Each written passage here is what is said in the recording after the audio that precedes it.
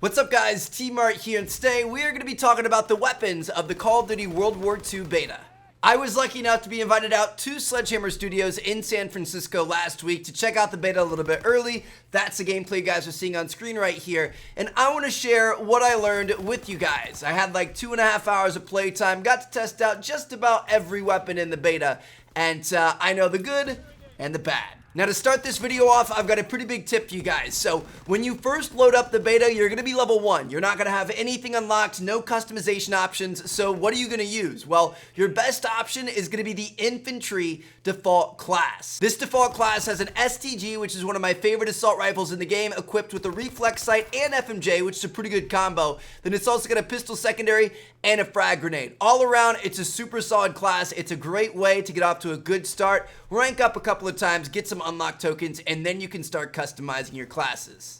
So let's say you've played a couple of matches, you've got some unlock tokens, now you're thinking about unlocking some weapons. I'm going to go through the entire list. We're going to take a look at assault rifles, SMGs, LMGs, shotguns, and snipers, and I'm going to let you guys know exactly what you should be looking for, especially early on, and what are some things you could probably pass on until you get to that max rank of level 20 and have some unlock tokens left over. So we're going to start off with the assault rifles. We have 3 options for the assault rifles in this beta. There's the M1941, the M1 Garand, and the STG-44. So starting off with the M1941, honestly, this one just didn't really stand out to me. I mean, I didn't use it all that much, so my opinion could change. But in the one time that I used it and the other times that I picked it up off the ground, it just like, I don't know, it was decent. It wasn't a bad weapon by any means, but it didn't stick out to me like the other 2 did. The M1 Garand, on the other hand, is easily one of the most powerful weapons in this game. It's absolutely incredible how fast this thing kills, and I think that in the right hands, it can be really, really destructive. The problem is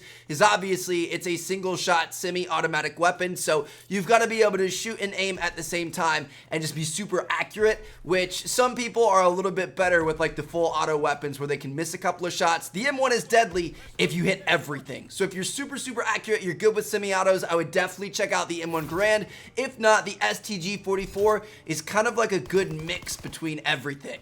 So the STG is actually sort of weak, especially when you get at those longer ranges, but it's got a decent rate of fire and it doesn't have much recoil. So overall, for everybody, if I was to loop everybody into one group, I would say the STG is probably your best bet to go with for an assault rifle. However, if you're super accurate and you rarely ever miss, the M1 Garand is going to be your best option. Next up for the SMG category, this one's super easy. We've got 3 options: the grease gun, the PPSH, and the Type 100. Stay away from the grease gun. I was actually kind of disappointed by this because seeing the grease gun, the trailers and stuff, it's a gun that we haven't seen a ton of in Call of Duty in the past. I don't think we've ever really seen it besides maybe back in like COD 2 or COD 3 or something like that.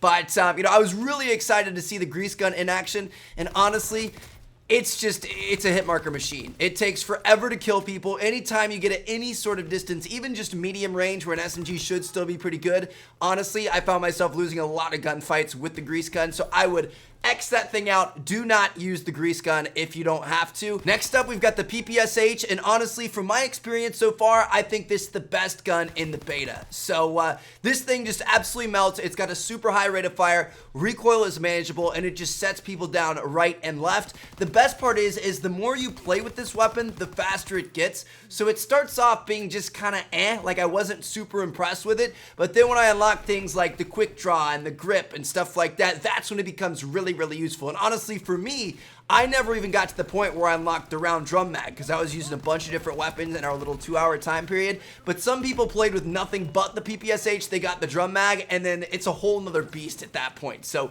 PPSH, easily my favorite weapon from my 2 hours of playing the beta, and I would highly recommend you guys to try it out as soon as you can.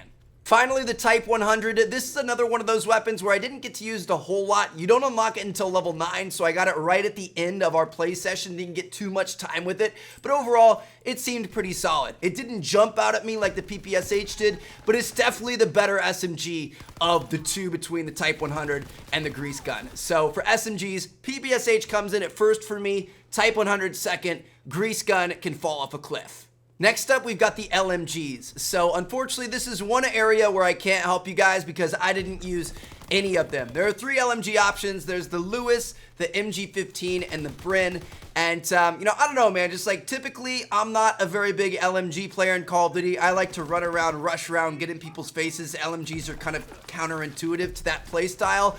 Typically in like a new game, like obviously when the beta comes out Friday, I'm going to definitely be checking these things out because it's new and it's something we haven't seen before. But we had a limited play time at this capture session in San Francisco, so I didn't dedicate any time to the LMG, so I'm sorry. I do know that Legion and Prestige's Key were both doing really, really well with them. Not like insanely well, but like they were doing well with them when everybody else was using ARs and SMGs, so I feel like they have to be pretty decent, but I just don't have any experience with them. So I don't know. We'll see what happens on Friday. Shotguns are insane. They're actually a lot of fun, especially on the Point de Hoc map, the like D-Day trench map, because there's so many close quarters on that map. It's insane how good these things are. First up, we've got the Winchester 1897. This is a pump action shotgun, and it was pretty solid. I mean, it was nothing super crazy, but it got the job done. The second shotgun you can get is the M30 double barrel, and the range on this thing was absolutely nuts. I can't tell you guys how many times I was killed by it at this capture session. It was so frustrating. So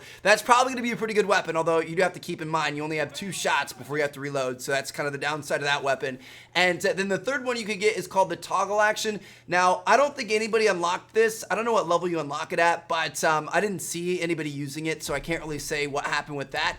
But overall, the shotguns were pretty good in this game, so if you guys like shotgunning, the beta is going to be a fun time for you. We've got 2 snipers to choose from in the beta, the first one being the Carabin, and this is like that nasty sniper that nobody ever wants to touch. It's that Dragunov, that WA2000, that like super light damage semi-auto sniper that I don't even know why they're put in the games anymore because I never see anybody using them, but that's exactly what it was. You know, it got a lot of hit markers. It really wasn't that great. Then the second one is a bolt action. It's called the Commonwealth. So, you know, it's kind of like the M40 of this game or the Mosin Nagant or, you know, whatever else you want to talk about, like that quintessential bolt action. That's kind of what it was.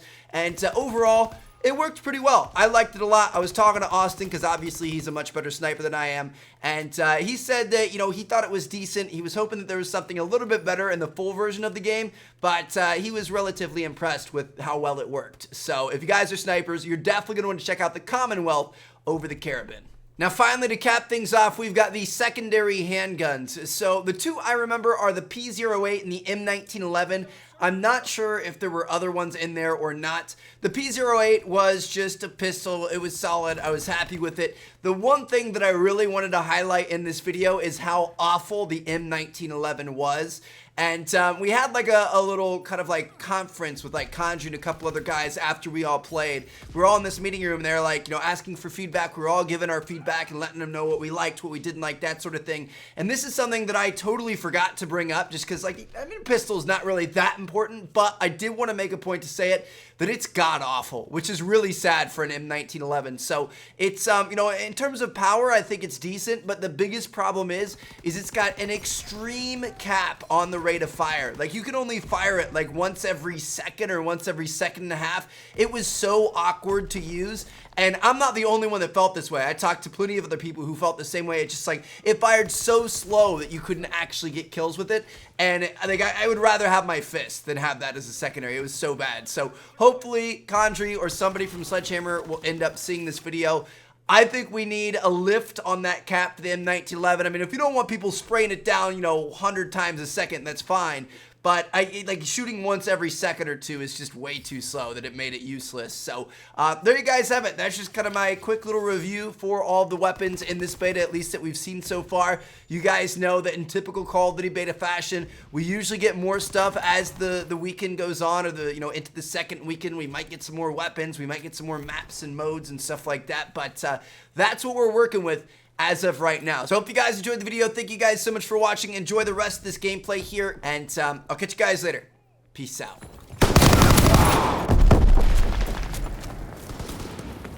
Recon airborne.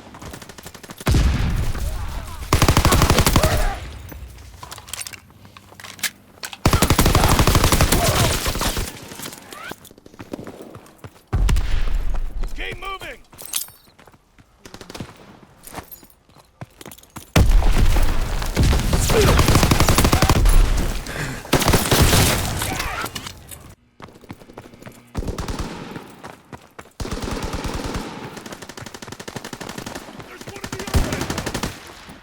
taking fire! Good job today.